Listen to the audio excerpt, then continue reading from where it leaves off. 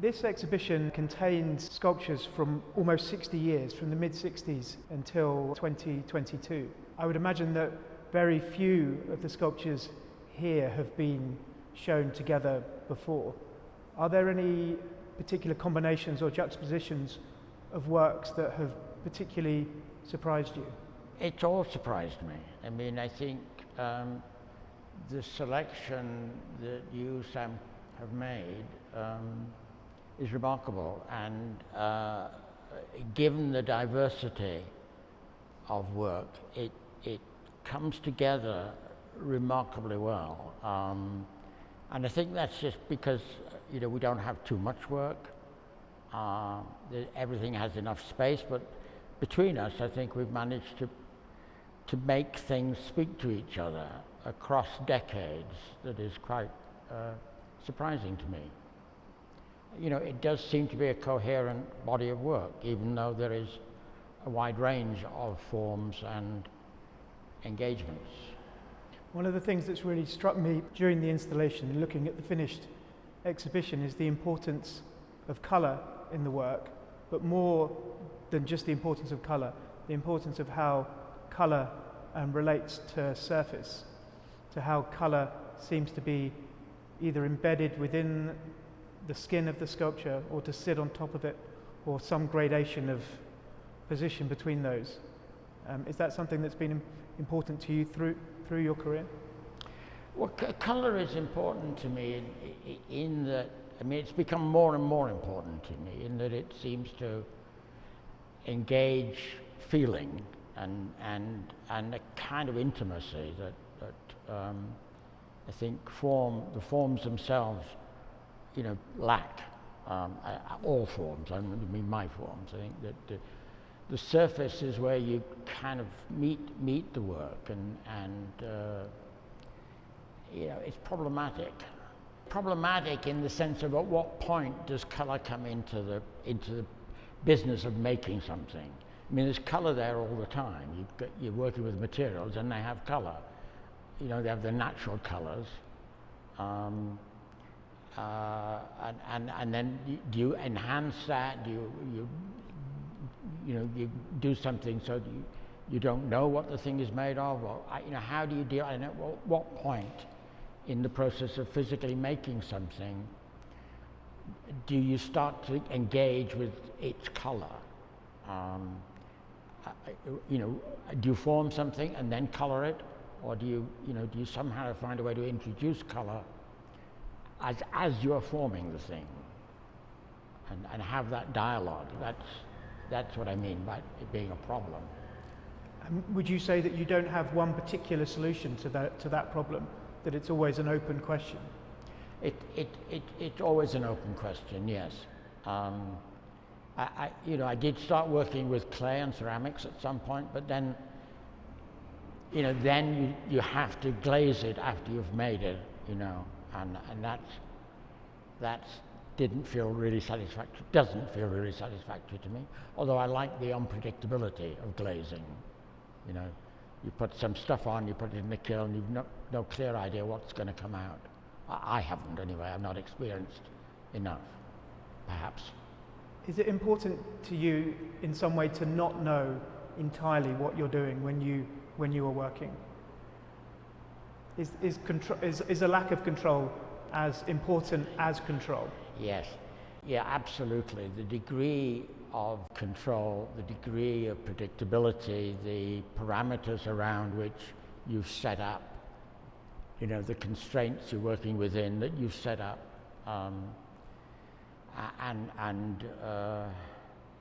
there are works in this show which I now feel are too kind of tight, and I'm controlling too much, There isn't enough room for me to accept something that I didn't anticipate, Often the works have a hidden element, something that's implied or which you can partially see, but which the work then blocks you from seeing completely. This seems to relate to a sort of sense of mystery, to a sense that the work is, as much as it's giving something to the viewer, it's also holding something back. Is that something you see in your work? I'm sure it's there.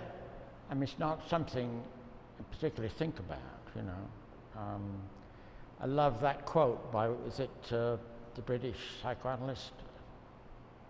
Was it Bowlby or was it, anyway, the artist is someone who desperately wants to be understood, but even more urgently seeks not to be found. I love it. Perhaps on that sort of line, but in a very different way, Penelope Curtis has described you as the missing link in post-war British sculpture. And I think what she was getting at was the difference between the abstract sculpture made in Britain in the 60s, Caro or Philip King, and the work of Tony Cragg or Richard Deacon and the new British sculptors of the 80s.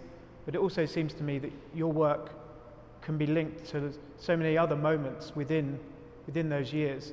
The kind of conceptual art of the early 70s, the wider kind of international story of constructivism, and here, even in the 90s with Milk, we have a kind of engagement with Henry Moore, the artist who was sort of, I guess, in the background of when you began to make sculpture, even if he was not much on your mind then.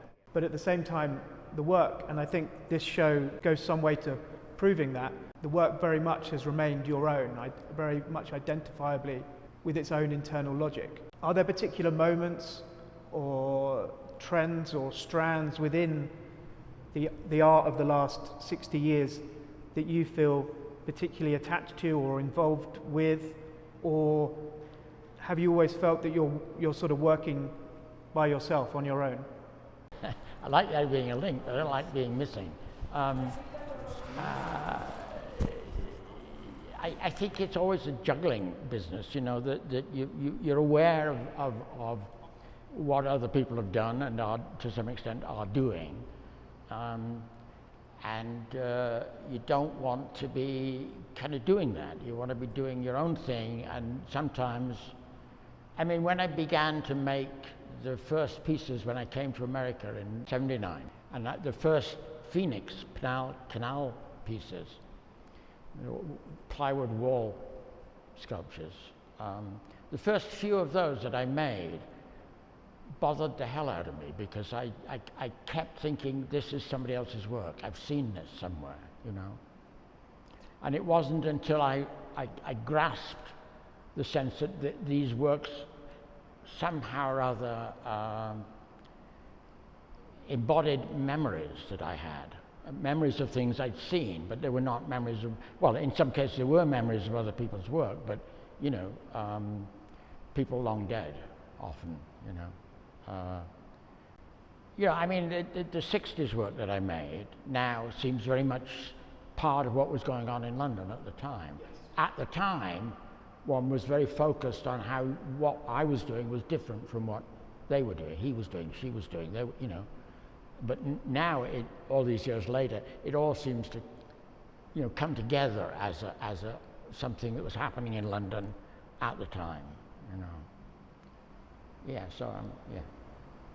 Does that answer your question? I think so. I mean, maybe you spoke earlier about wanting to have forms, but then have your own intimate kind of relationship with them as you were involved in the process of making.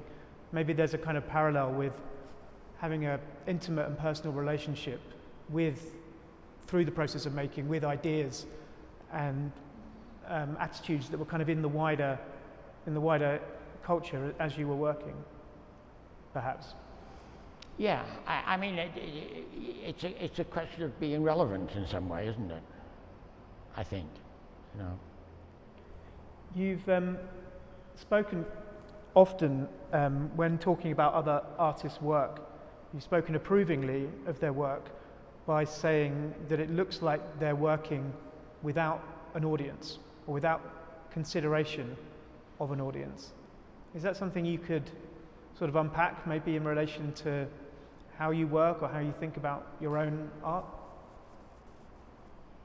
Yeah, I mean, I think for me it's critical when I come to look at other people's work, which I do with some regularity, to kind of put myself in the position of the viewer, and is the author of this work aware of me?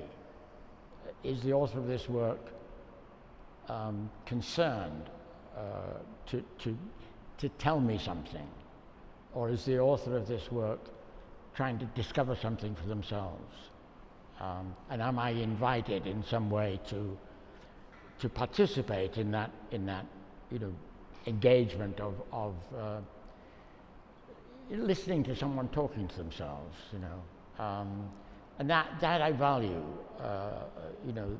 much more than when I feel that I'm looking at some work that has been made, because the author anticipated it being seen by an audience. And I think that that feeds into a whole issue of the way the art world works, and what happens when you begin to get a lot of attention and you've got an audience, and how you deal with that. You want an invitation to the artist's own process of discovery rather than a product which is positioned sort of in front of you. Yeah. I mean, I think I want the sense of the human being behind this, a sense that there is the author of this is invested in it in some way that is not about impressing somebody else. You had an exhibition a few years ago called But Hands Have Eyes, and the monograph on your work is called Beneath the Skin, both of which imply a kind of strangeness of sort of bodily experience. How do you think the body or bodies are present in your work? Always present. Always present. Always present. Always present in some way or another. I mean, I don't know whether it's important or not, but it does seem to me that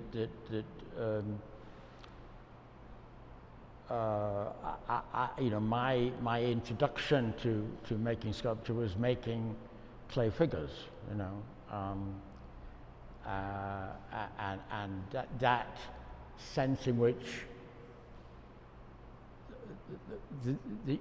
one is a physical object, one is a body in the world, and one is making things that are also bodies in the world. And there needs to be a link between, what it is I am and what it is that I put on the wall or on the floor. It can be very tenuous, or it can be very close. But there has to be that sense that the physicality of one's being is engaged.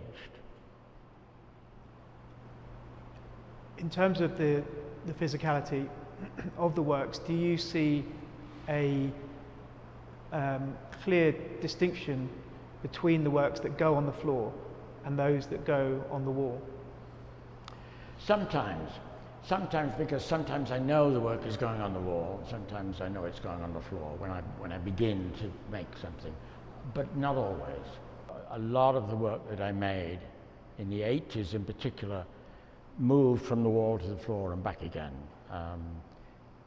not knowing where it should end up, and having to find its place eventually.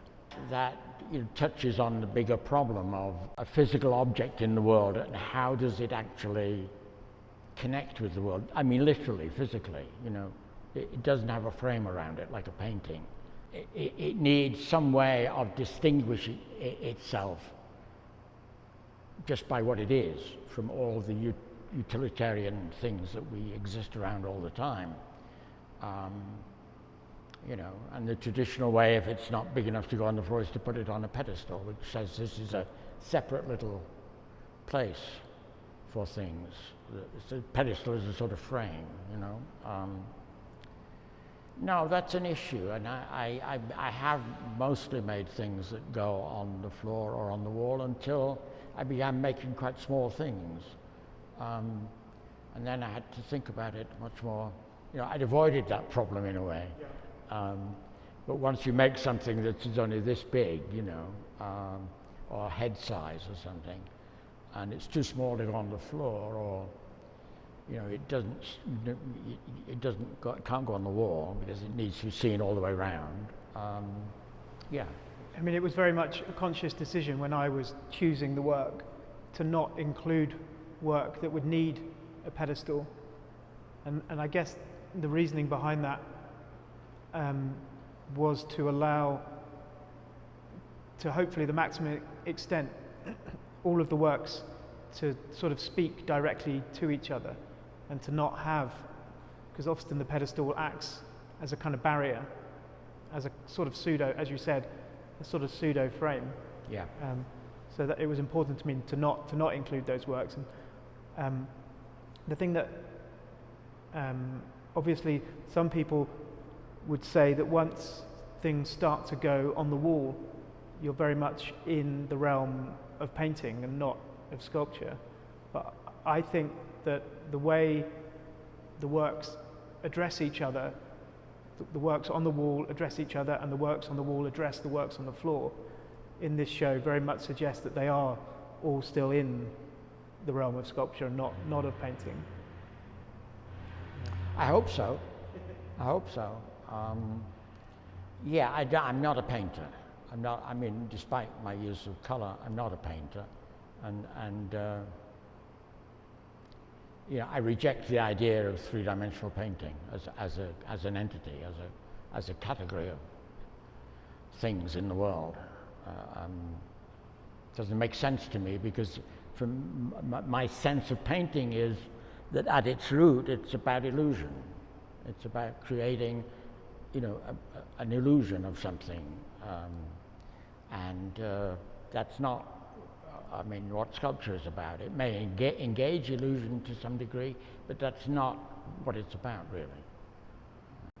Perhaps following this sort of line of thought, upstairs there's a display of drawings, also from across your career.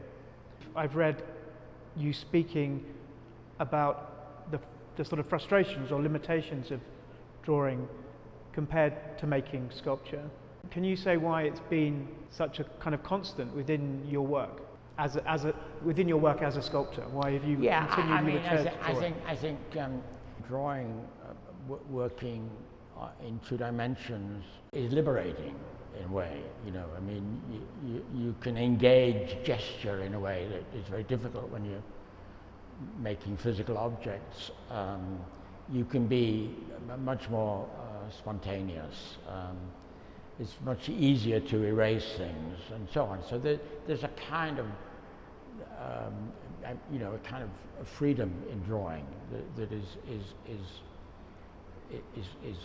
different from making physical objects. I think in my case, the drawing activity has played a different role at different times. There are times when it was anticipated, in one case by a decade. I mean, those drawings that are the Yaddo drawings anticipated these bodies, this sculpture that's on the floor here, by 10 years. I had no idea when I made those drawings that I would ever make sculptures that were clearly depicted in these drawings at the end of that sequence of drawings. Other times the drawing has been a reflection on the three-dimensional work I've been making. And I don't try to anticipate that. I mean, when I make drawings or watercolors, it's its own thing. You know, I'm not usually thinking about how this relates to the work I'm doing in sculpture. I mean, often I make drawings for a period of time and not make sculpture, you know. And then I get frustrated with it because it's not real enough, you know. I can't pick it up and turn it around, you know.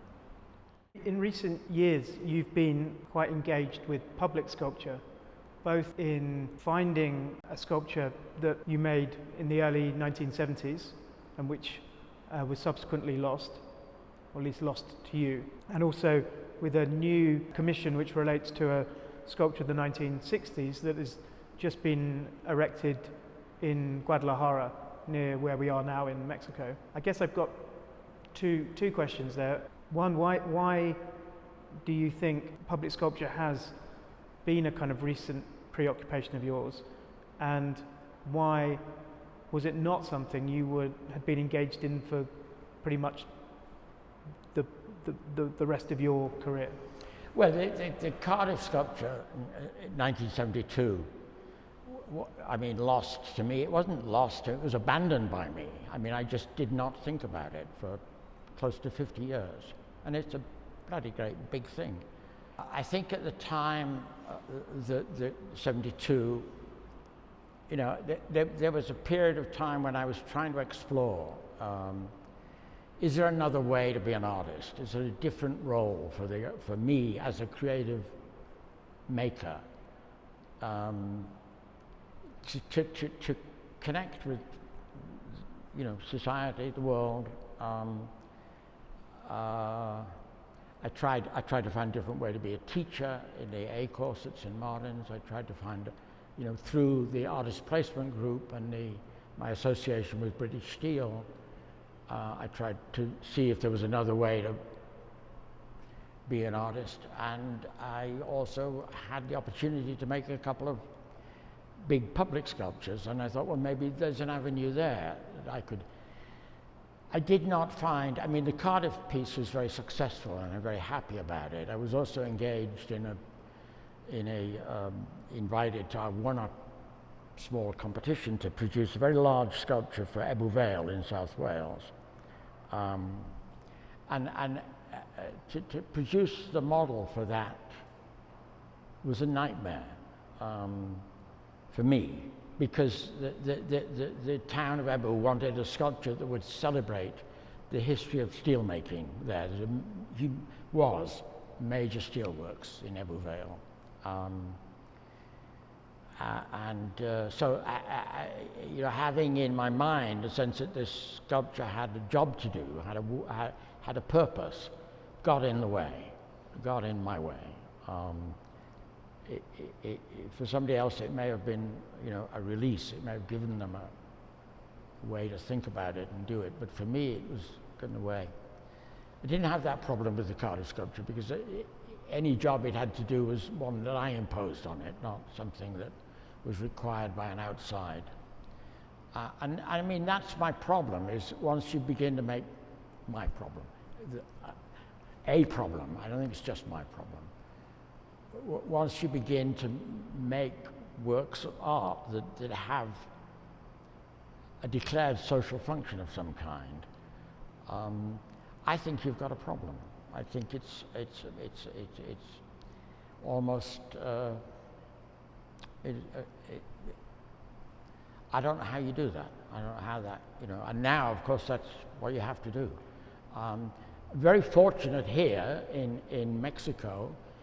Wonderful collector and developer gave me the opportunity to make something. He didn't tell me, you know, what it had to be about or anything. And again, I was fortunate in that I didn't have to. We ended up making something that had been made a long time ago and remaking it a lot bigger. The original had been lost, stolen. So but the whole issue of public sculpture has begun. I've thought about it a lot lately, having produced these two little books and about the Cardiff project, and you know, I mean, it is an issue that I'm coming back to thinking about, and would, you know, willing to kind of wonder if it's possible. I mean, all sculpture is public, you know. Any successful work is public, you know, by definition. Public because it involves an interaction at the very least between the person that's made it and the person that's engaging with it, or the potential for someone to engage with it. Well, in the sense that once the work has become a successful work, it's become an entity in the world in its own right, and no longer, you know, an entry in a diary. in that sense, it's public. I mean, in sculpture's sense, it's also additionally public because it can be viewed by many people at the same time, unlike paintings. But yeah, no, I really mean in the sense that once it's become, you know, a real work of art, it exists in the world as an entity in its own right, and not, as I said, an entry in a diary or some other kind of, yeah. As I said at the beginning, the latest work in the show comes from 2022. Can you say something about the sculptures that you've been making since then, which are not, in fact, in this exhibition? Yeah, I mean, in re-engaging the Cardiff sculpture and going to my storage space in London, where there are some small plaster objects that I made right around the time I graduated from the Slade. I mean, I think they may have even been in my diploma exhibition. So that would have been in the late 50s? 1960. 1960. And I really like them. And they were made by a process of casting elements and then collaging together, putting things together, that had, you know, elements had already been formed, and composing them together. They're very simple. And I've never forgotten these things. When I saw them again, I thought, you know, I haven't made anything that way since then, you know, and I should. And it'd be interesting to do that again. So that thought and the Cardiff sculpture, lockdown, I thought I'll make some things like those that you know, these things that are in my storage space. Of course, the things I made are nothing like that, but they do have some connection with them, and they have a connection with the Cardiff sculpture in that they're very simple, and they have the potential to function as signs, as something that has a very specific meaning, almost like an instruction, almost, you know. Of course, they don't, but they have that quality, and I think the Cardiff tapes, a lot of the people in the Cardiff who are responding to the 72 sculpture in the Cardiff tapes are puzzled by it, understandably, but a lot of the way they talk about it is as if it has a specific meaning. And that's one of the things that, listening to that material again, I began to think about, you know, what is it that's so, you know, and that interested me. So I've since lockdown, I started making these little things. I set out to make a chess set, but now I have like 100 of the damn things, and some of them, many of them, I think, have the potential to be made much larger. Not all of them, but some of them, and I think I'm going to do that with one or two, you know, see how it goes. Yeah.